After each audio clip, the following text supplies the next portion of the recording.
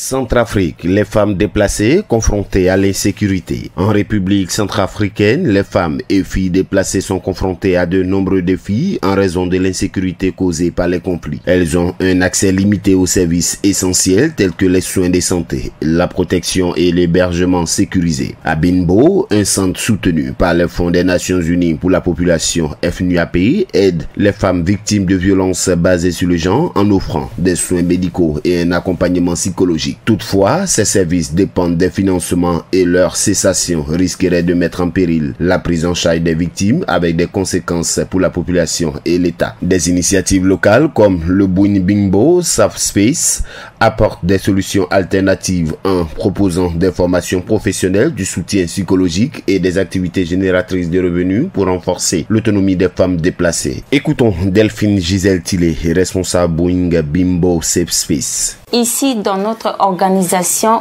Olivier Homme de Galilée pour le développement social. Ce que nous on fait ici, quand une femme arrive chez nous, si c'est une femme victime d'agression physique, ça veut dire il y a les coups et les blessures. La femme arrive ici chez nous. Nous, on la prend. Ce que nous on fait, on identifie la personne. Et s'il y a les coups et les blessures, il y a les douleurs que la femme ressent, rapidement, on réfère au côté sanitaire. L'insécurité persistante, les violences, les déplacements forcés et le manque d'infrastructures compliquent l'accès à ces services. Les femmes déplacées par le conflit armé en République centrafricaine vivent dans des conditions précaires et dangereuses. La ministre centrafricaine de la promotion du genre et de la protection de la famille, Dr Matt Kirimat, explique que la situation actuelle en Centrafrique expose des risques de violences sexuelles et les prive d'accès à des ressources essentielles comme la nourriture et les soins de santé. On écoute Dr Matt Kirimat à ce propos. Mais si le financement est arrêté, ça veut dire que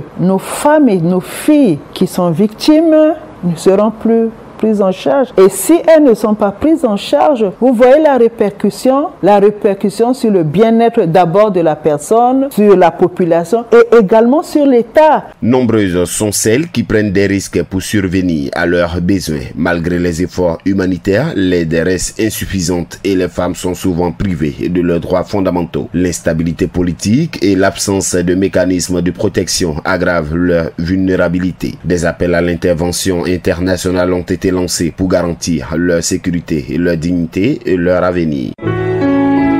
APRA, Agence Presse Radio et Audio.